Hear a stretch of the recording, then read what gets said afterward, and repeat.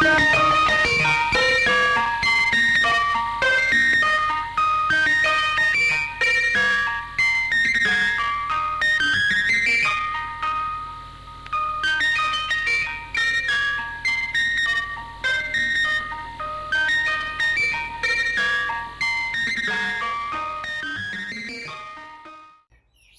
scanning late night shortwave bands.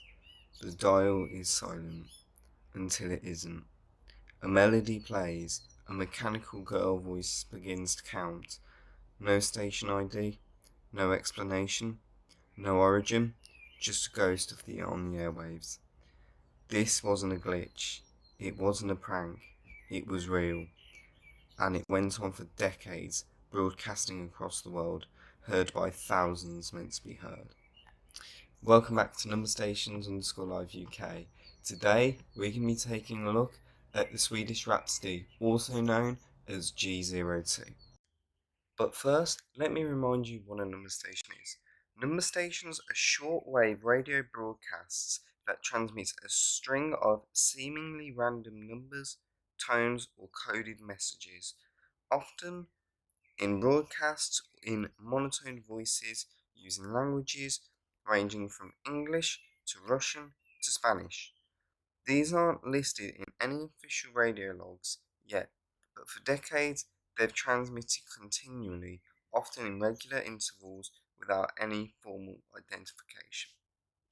It's widely accepted that these stations, and in some cases still are, used for espionage. The one-time pad cryptography system, a method of unbreakable encryption, is believed to be behind the seemingly meaningless numbers. If intercepted, these messages are indecipherable without the matching pad. If you have the pad, however, they're perfectly secure.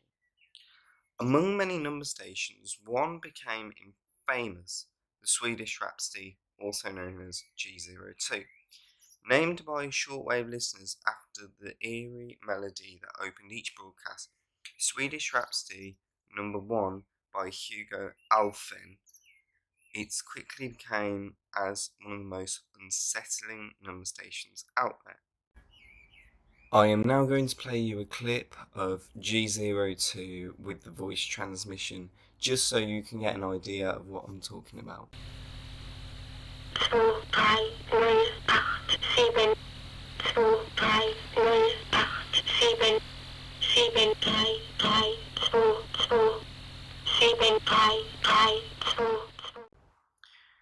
In the audio clip, you'll hear a little girl say Eins, fünf, sieben, acht. What made it chilling was that the voice, it wasn't a real child. It was a synthesized, high-pitched, artificial voice speaking in German. We also have reasons to believe this was made by the Stasi speech Morse generator. However, we have yet to have the full confirmation until now. Its signal was triangulated to Poland, and its documents confirmed it's using broadcasting encrypted messages to Polish intelligence operatives operating abroad. These broadcasts were part of a wider Warsaw Pact network of number stations active during the Cold War. One of the most intriguing mysteries was the voice listeners described it as a little girl.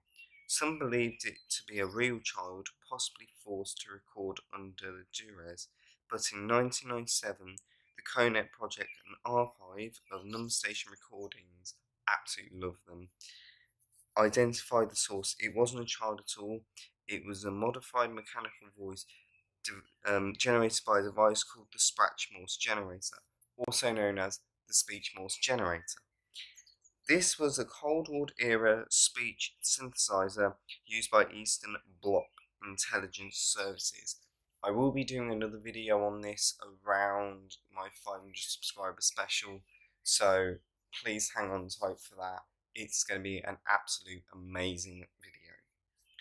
The pitch was artificially raised to create a childish tone, likely to make the messages harder to understand by untrained ears, or possibly to confuse or to intimidate untrained listeners. The Swedish Rhapsody was active from the late 1950s to the early 2000s. Its last known transmission was believed to have occurred in 2007. After that, it went silent for over 5 decades. Unfortunately, we'll never know what its mission was or ever hear it again. Some theorise that it wasn't fully decommissioned, but simply moved to new digital platforms or encrypted mobile communications. Number stations may be relics of the past, but many still broadcast today in their true purpose remain as classified as ever. The Swedish Rhapsody left a mark not only on intelligence history, but on its culture itself. It's been featured in video games, documentaries, filmed, conspiracy theories for amateur radio enthusiasts. It remains a legendary find for historians. It's a stark reminder of how much Cold War intelligence still remains in the shadows. It was a voice, just numbers, just a melody, but behind it was a vast network of spies, secret and silent. This was the Swedish Rhapsody, one of the last true mysteries of the airwaves. For more Cold War mysteries, subscribe to this channel and stay tuned. I will see you all very soon.